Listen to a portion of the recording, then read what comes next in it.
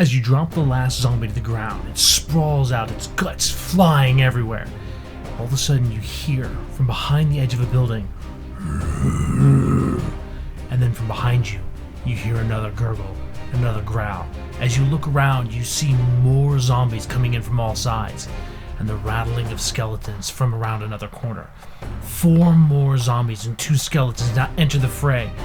You quickly take them down, beating them down, but as you're bringing the last one down, you see from down the street more coming. You hear a screeching sound from the distance. This battle is far from over, as the sound of your combat draws in even more from the distance. Combat's an interesting thing. Sometimes we don't know how our parties are going to do, especially at levels 1, 2, and 3. We want to have engaging encounters, but at the same time, we don't want to drop our parties. Having a TPK is not the goal, but having something where it feels like the players are pulling and striving for success is something we're always looking for. So we have a couple of ways of doing that. Number 1, we can always do waves. Waves are the most common thing that I've been using for years, and my brother along with me. It's a common DM-GM trip where we basically bring in more monsters after the wave.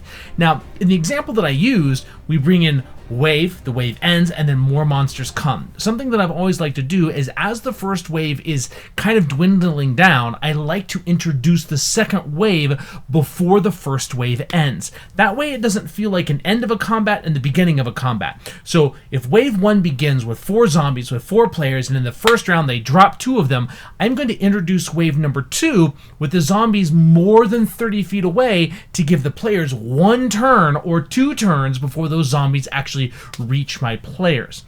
That's a big deal.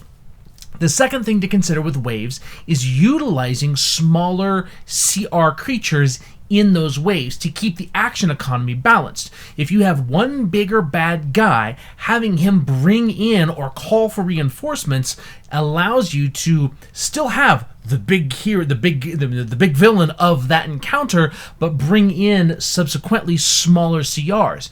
You can have a giant spider that calls in for smaller spiders. You can have a necromancer that brings in more undead and summons them up. Waves are something that can be done on a regular basis to make sure that your action economy doesn't sway in favor of the players. Because if it's 4 on 4 and the players drop too quickly, the battle pretty much is over regardless of the CR difference between those two, except for when you get into higher levels. With most campaigns being between 1 and 10, using those waves to actually manage that action economy is important. Now, there are other ways to balance encounters on the fly, because that's what this is all about, is making sure that something is challenging. Well, one thing that you can do is some creatures can have higher levels of HP, meaning you can have some brutish characters. Because remember something, in the monster manual and in every companion guide, there is a range, there is a hit dice number. Monsters can have 7 hit points. They can also have 2. They can also have 12. They can also have 38, or they can have 78. There's a very big swing of hit points, and making your monsters have more hit points and feel beefier, that can be something you can do as well. It especially works for parties that hit hard. Give your tanks something to hit. Give them some damage. Let the creatures that are up against your tanks, your damage dealers, let them soak it up and let them actually feel like they're doing something. And have those monsters be bigger. Have that front line. You see a zombie coming out of the corner. It's an 8-foot man Goliath that's coming around, and it looks and it's nasty and gnarled, but it's fully, ready to rip your teeth out. That's one of those fun things where you can make that creature seem that much more powerful. So you can do waves, you can do higher hit points. The other thing that you can do is make monsters run away.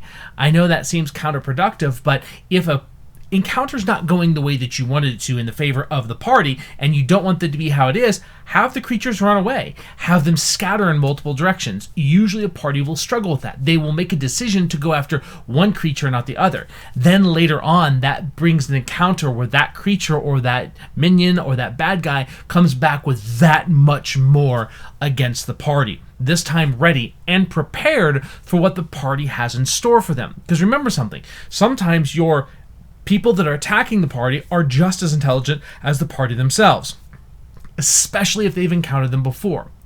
The final thing we like to do to be able to adjust encounters on the fly is be able to adjust the capabilities of the creatures. So if action economy starts swaying in favor of the party, allow your big bad guy to actually get an extra turn. Have him have reactions. Have him have legendary actions. Now, this can be done on the fly, but it takes practice. So a lot of times we will add abilities to some of our big bad evil guys, so that way during the fight he all of a sudden kind of enters phase 2.